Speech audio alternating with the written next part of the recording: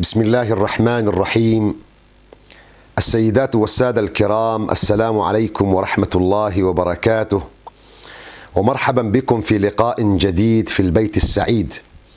تحدثنا عن الزواج، وتحدثنا عن معوقات الزواج، وتحدثنا عن كيفية اختيار الشريك، والآن نبدأ في توجيه خطابنا وحديثنا للمتزوجين والمقبلين على الزواج سويا، لنتحدث عن قواعد السعادة الزوجية.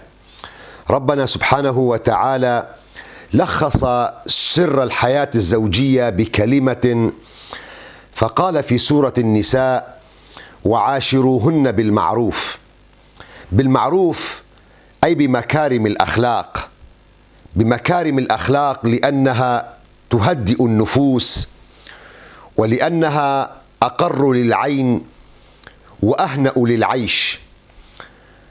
المعاشرة بالمعروف أو مكارم الأخلاق لها قواعد على الزوج أن يمارسها مع زوجته، وكذلك الزوجة تمارسها مع زوجها، حتى يكون البيت سعيدا مفرحا جميلا مباركا طيبا. وأولى هذه القواعد التي سنتحدث عنها هي قاعدة اسمها التغافل. التغافل أو التجاوز أو الإغضاء، بمعنى أن يتغافل الرجل عن أغلاط زوجته وهفواتها، وأن تتغافل المرأة عن أغلاط زوجها وهفواته، وأن يسامح كل من الزوجين صاحبه على ما يقع فيه من أخطاء. وهذه نقطة مهمة جدا في السعادة الزوجية. ولذلك عبد الله بن المبارك عليه الرحمة والرضوان يقول: المؤمن يطلب المعاذر، والمنافق يطلب الزلات. فالرجل المؤمن هو الذي يجد الأعذار لصاحبه فضلا عن زوجته، أما المنافق هو ذاك السلبي الذي يبحث عن الزلات والهفوات والأخطاء. الإمام أحمد بن حنبل عليه رحمة الله يقول: 9 أعشار حسن الخلق في التغافل، أي التجاوز عن الأخطاء، وهي أهم قاعدة في الحياة الزوجية. للأسف البعض يعتبر الحياة الزوجية ساحة معركة، بينما الحقيقة أن البيت ساحة للتغافل والتجاوز والإغضاء عن المعايب، بما نسميها في مصطلحاتنا العامية عديها. الإمام علي كرم الله وجهه يقول في أبيات: أغض عيني في أمور كثيرة، أغض عيني في أمور كثيرة، وإني على ترك الغموض قدير، وأسكت عن أشياء وليس علينا في المقام أمير. وأسكت عن أشياء لو شئت لقلتها، وليس علينا في المقام أمير. حسن الخلق في التغافل أن تكون متغافلا وليس مغفلا، أن تكون متغابيا وليس غبيا. أبو تمام الشاعر العربي يقول: ليس الغبي بسيد في قومه، لكن سيد قومه المتغابي. الغبي لن يستطيع أن يدير شأن قوم أو مجموعة أو يدير إدارة، لكن الذي سيصبح سيدا على مجموعة أو على أسرة أو على إدارة، من أهم خصاله التي تساهم في نجاحه أن يكون متغابيا. هو يقصد بالتغابي أي التغافل. أهمية التغافل عن الصغائر بأنه لا يجب أن تعطي جميع الأمور حجما أكبر منها، فلا بد من التغاضي مع العلم والمعرفة بالأمر، لأنه لا يخلو شخص من نقص، ونحن نقولها الكمال لله وحده. ومن المستحيل على أي زوجين أن يجد كل منهما في صاحبه أو في الطرف الآخر كل الصفات الجميلة وأن يرى فيه الكمال، هذا مستحيل. ونحن تحدثنا في حلقة هل أنت مستعد للزواج أن من شروطها قبول الآخر، والقبول بأن الشريك ليس مثلك، وأن الله سبحانه وتعالى بحكمته خلقكما مختلفين، وطبيعي أن لا يمر أسبوع أو يوم دون أن يشعر أحدهما بالضيق أو الاستغراب أو التعجب من عمل الآخر ومن تصرفات الشريك. والمطلوب حتى نعيش حياة زوجية سعيدة أن نتغافل، وليس معقولا أن تندلع حرب كلامية كل يوم أو كل أسبوع على أمور بسيطة تافهة كملوحة الطعام أو نسيان طلب أو الانشغال بموعد غير ضروري أو زلة لسان، فهذه حياة جحيمة لا تطاق. الإمام أحمد كما ذكرنا قبل قليل يقول 9 أعشار حسن الخلق في التغافل، والتغافل هو تكلف الغفلة مع العلم والإدراك لما يتغافل عنه تكرما وترفعا عن سفاسف الأمور. للأسف البعض يجعل من الحبة قبة، ويدقق في كل شيء وينقب في أمر أمر. لما هذا الكأس هنا وليس هناك؟ لماذا الطاولة عليها الغبار؟ كم مرة قلت لكم أن الطعام حار، وإلى آخرها. ينكد عيشها وعيشته أيضا. وكذلك بعض النساء تدقق في أمور زوجها، ماذا يقصد بذلك الكلمة؟ ولماذا لم يشتري لي هدية في المناسبة الفلانية؟ ولماذا لم يهاتف والداي ليسأل عن صحته؟ وتجعلها مصيبة كبيرة وأعظم الكبائر، وكأنهما يبحثان عن مشكلة لأنفسهما لكي يكون الحياة الزوجية بينهما جحيما. بينما من أجل أن نعيش حياة زوجية سعيدة لابد من التغافل والتغاضي، وهذه هي القاعدة الأولى المهمة من قواعد السعادة الزوجية.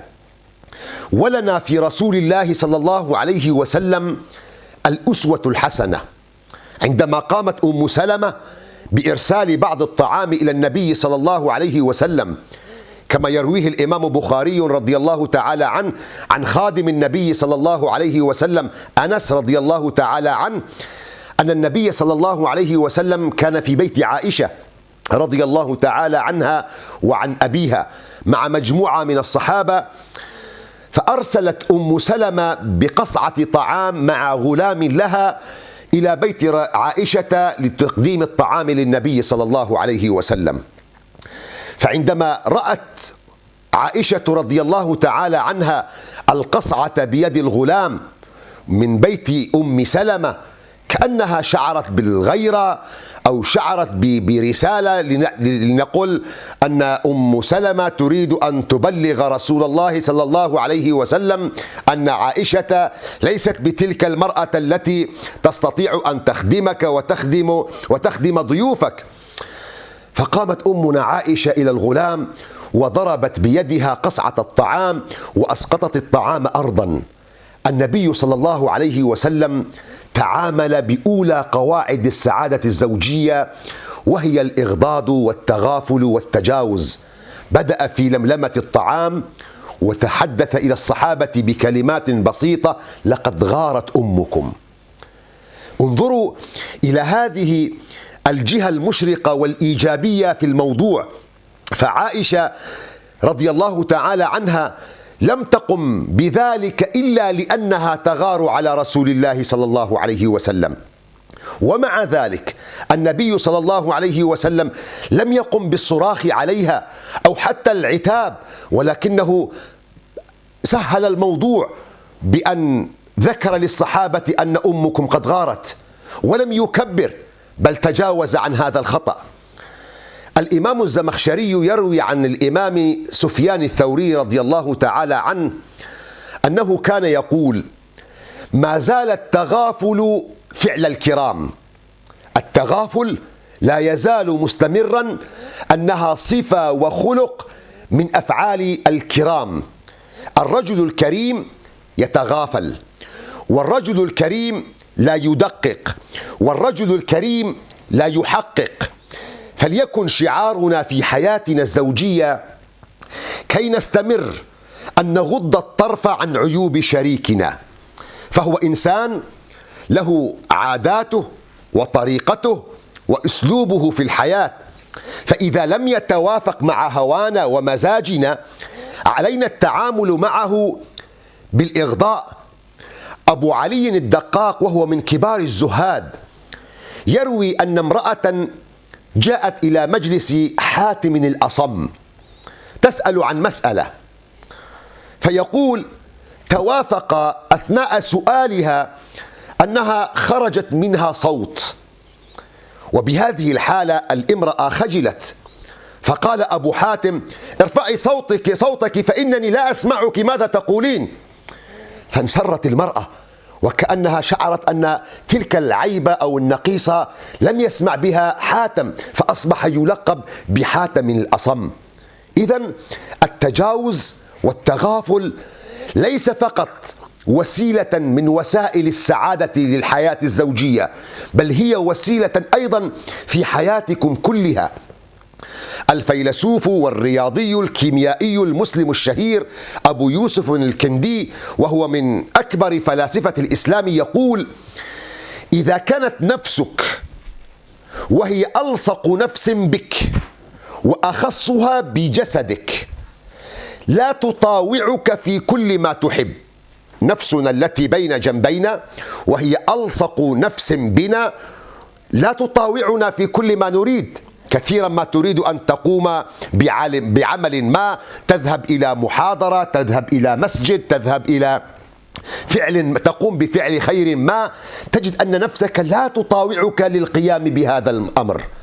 فإذا كانت نفسك التي هي أخص نفس بك وألصقها بك لا تطاوعك في كل الأمور ولا تأتي كل ما ترغب، فكيف بنفس غيرك من زوجة وصاحب؟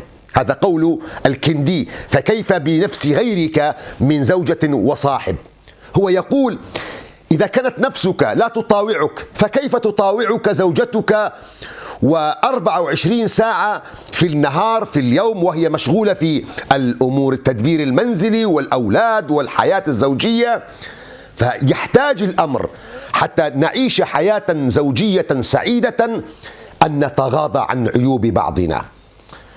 الشاعر العربي يقول: ومن لم يغمض عينه عن حبيبه وعن بعض ما فيه يمت وهو عائب، ومن يتبع جاهدا كل عورة يجدها ولا يسلم له الدهر صاحب. النبي صلى الله عليه وسلم في حديث يقول: ما استقصى كريم قط. صاحب النفس الكريمة هذا الرجل صاحب الأخلاق الحسنة لا يدقق ولا يفتش عن الأخطاء ولا يستقصي عن المعايب. ولذلك عندما قيل لسيدنا جعفر الصادق رضي الله تعالى عنه: ما حق الزوجة على زوجها؟